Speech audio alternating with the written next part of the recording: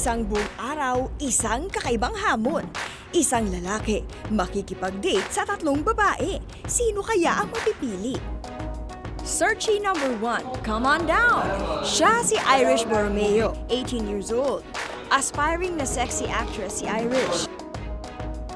Introducing Searchy number 2, Miss Rica Villaluz, 23 years old. Aspiring model at dating hotshot varsity football player ng LaSalle.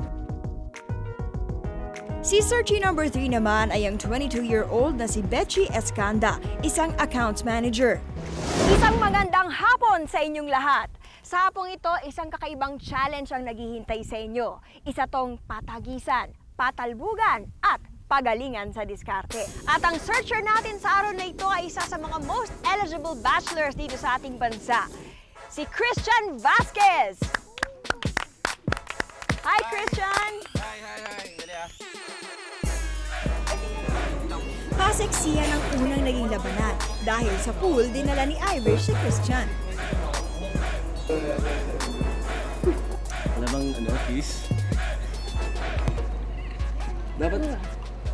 Dapat sa lips? Ha? Harap ka. Ang bilis naman yun. Wala, ang bilis. Okay.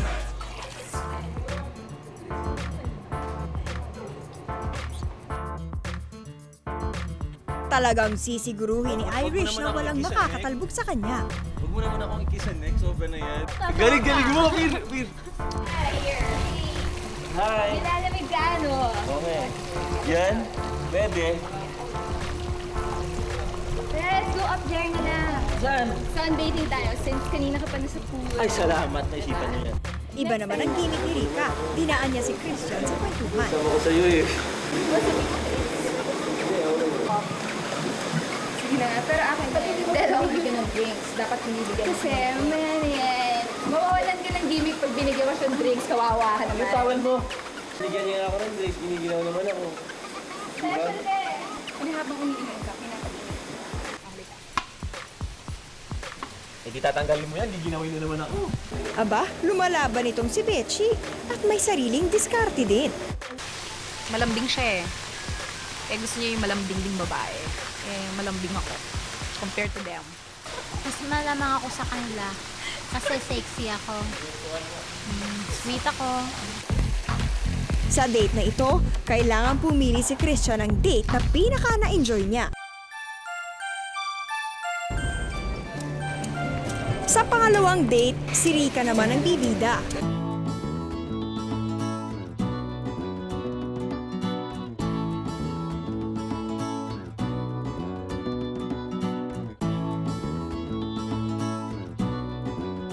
Siyempre, umentra na si Betchy. Sorry Rica ha, tapos na ang 30 minutes mo. Kain na tayo. Sige na, gusto ko kumakain. Aba, akala ko ba ikaw ang conservative sa grupong ito? Eh bakit parang prenting-prenti ang pagkakakandong mo kay Christian? You can read my mind, ah. Excuse me kami lang. Ba't hindi ka nakatupis? Ba't hindi ka nakatupis? Maginaw na eh. Wait lang. Kaya ka talaga. Bye-bye. Nako, eksena na naman ang pinaka-agresibo sa buong grupo. Ano naman kaya ang gimmick niya sa date na ito? Bango? Okay ka lang kanina. Yung nag-swimming tayo, Okay na. Okay yun. enjoy ka ba doon? Enjoy naman, syempre. Oo. Pero hindi masyado. Bakit? Ha? Bakit? Ikaw naman, andiyan ka. Yan ka na naman eh. Mukhang sinasamantala ni Irish ang malamig na panahon sa Tagaytay ah. Mukhang at home siyang nakayakap kay Christian. Naku Rica, di lang pala ikaw naghaharana sa ating bachelor. Isang romantic date dito sa Bag of Beans ang hinanda ni Betchy. Ang diskarte niya, good food, good conversation. Yun ang sinasabi ko, napaka-mature ng aura mo kasi personality ko, medyo strong siguro yung personality mo, no? Sabi nga, sabayan mo nito. Sarap Kaya ba? pa, di ba may cheers tayo palagi? Oo nga. Huwag natin Palagi kalimutan. may drinks. Ikaw yung style mo yung may drinks eh, so ganda yan. Excuse me. Time na. Okay. Gusto niya pa akong kausap eh. Tila may balak pagdalhan kay Christian itong si Irish ha.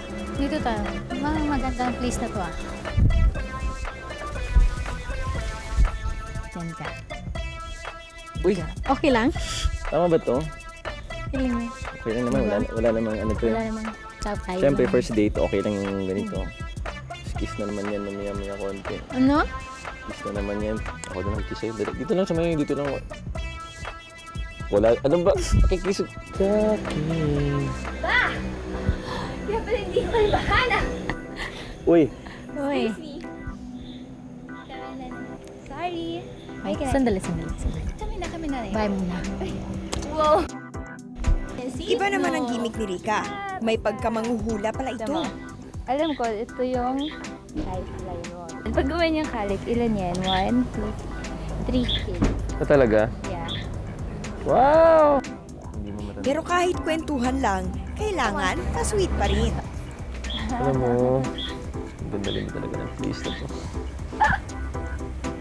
Bagay. Pero pagkatapos ng tatlong date, kailangan mamili si Christian ng isa lamang. Kasi nakikita ko sa mukha niya, parang na-bored siya.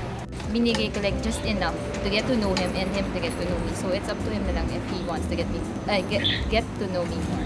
Kahit hindi ako yung mapili niya, at least alam kong nag-enjoy naman siya during date na yon. O sige Christian, ngayon at nakasama mo silang tatlo at nakipag-date ka sa kanila. So sino sa kanilang tatlo ang napili mo? Makahirap na desisyon. Drum roll please. Pero kailangan kong gawin to. Isa lang. Si Irish. O si Irish. Thank you. Kiss tayo ulit. Salamat ng marami. So para sa'yo, binili ko yan dun sa may flower shop. At ako rin ang bumili niyan. Thank you. Bakit naman si Irish ang napili mo? Medyo marami siyang surprises eh. So I love surprises. So medyo...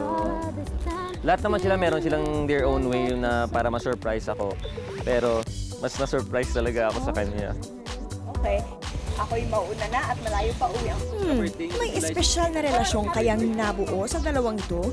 Abangan na lang Tayo sa may, natin. ano?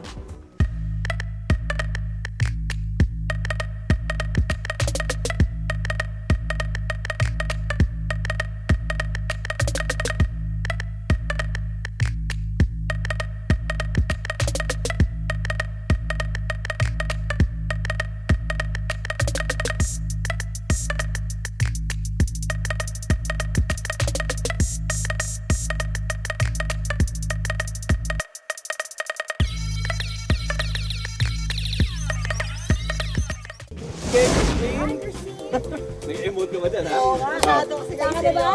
Ready ka na? Ready na. Excited ka ba? Of course! Okay, so ito yung first time na makikita mo yung mga searches namin. Ipapakilala ni Miriam. Okay, searchie number 1. Narito si Christian. Christian! Sporting na sporting natin, yan, ha? Searchie number 1 is 20-year-old Christian Esteban. Amboy itong si Christian at kahit 11 months pa lang siyang naninirahan dito sa Baguio, ay nanalo kaagad siya bilang third runner-up Mr. University of Baguio. Searchie number 2, eto si Jay Johnson. Alright, Jake, Steve. Our next searchie is Jay Johnson, 21 years old, a college student at University of Baguio at mahilig siyang mag-gym. Okay, ang ating searchie number 3, Jackson Ong. At nagpupad na. Jackson Ong is our next searchie. He's 29 years old and a marketing graduate at the St. Louis University dito rin sa Baguio.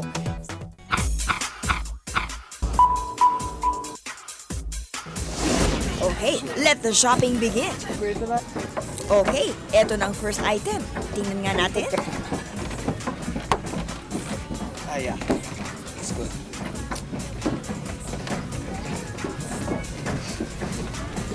I have to guess everything, but I have to make sure that my choices would please her in a way. Yun lang, mahirap talaga. 70. Christine, Bakit parang hindi ka nasisiyahan sa pinipili ni Jackson? Tapos ito, Pang nanay eh, sorry. Hindi na naman pang nanay, pero hindi bagay sa personality ko. Mukha na ba ako nanay? I got her these trousers. I think it looks cute on her. Next, a powder blue blouse. See, ang cute, diba? Bagay kasi open dito sa shoulders niya eh. Dapat nakikita yung shoulder bone siya. And I got her another blouse. This one's baby pink. Bagay sa akin. Pero mas bagay sa kanya. Diba? And lastly, I got her the... Goes well with it. Anong say mo, Christine, sa napiling damit ni Jackson para sa'yo? Naantok na ako sa suot ko. Ano mga bagay sa akin? Hello? So, anong score na bibigay mo para kay Jackson? It's not that bad. I think it's fair enough.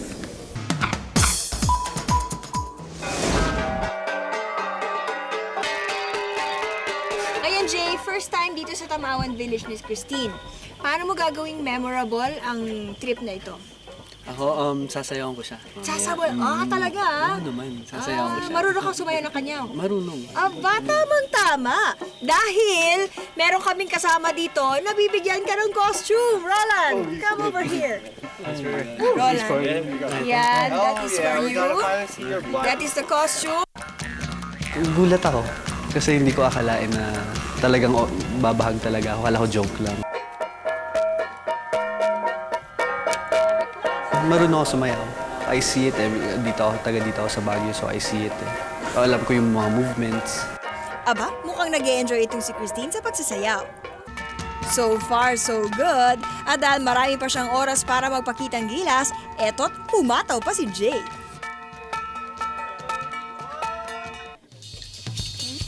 Okay, time's up. Ano kaya ang hatol ni Christine? Sobrang nagaganda na ako. First time ko makakita sumayaw ng gano'n. Live. Ang ganda, bagay sa kanya yung costume. Kaya, ang ibibigay ko na, okay.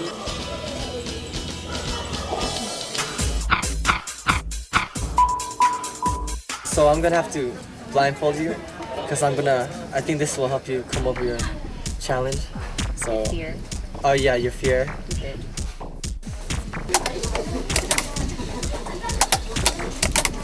Wala pang kamalay-malay si Christine sa challenge na ito, pero hindi may kakaila ang takot sa kanyang mukha. Wala akong picture, basta ang naisip ko lang, snake siya. Kahit hindi rin gaanong sanay humawak ng ahas itong si Christian, pinilit niya itong hawakan. At dahan-dahan na pinaparamdam ang ahas kay Christine para mawala ang takot nito. Just follow my thumb. Right? Dad! That is my thumb. Oh. Yeah. So. How can you not trust him? Come on. Yeah. 10 seconds, At habang patuloy na nanginginig itong si Christine, ay pinalitan namin ng host ang ahas na una namin pinahawak sa kanya. Bago pa himatayin si Christine sa takot, ay tinanggal na muna namin ang kanyang blindfold. Ang resulta, wala kami kamalay-malay na umiiyak na pala siya. This is Pooja. Okay? She's scared. Bakit? Kasi, kinatatakutan ko talaga yung snake. Pero napahawak niya sa akin yan. Na-convince niya akong hawakan. Kahit na medyo nabagsak ang looban ko. I only have to choose one lang. Kaya, Charang-charang! Si Jay!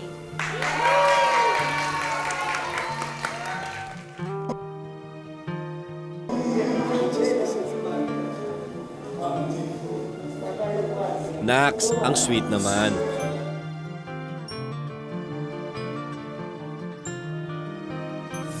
Kaya tumutok ka sa programa na hindi nawawalan ng gimmick. Kaya't magpakitang gilas na. Tibay ng loob ang aming kailangan. Dito lang kung saan ang mga pagsubok namin ay hahamon sa inyong mga kakayahan at lakas. Ito ang Extra Challenge!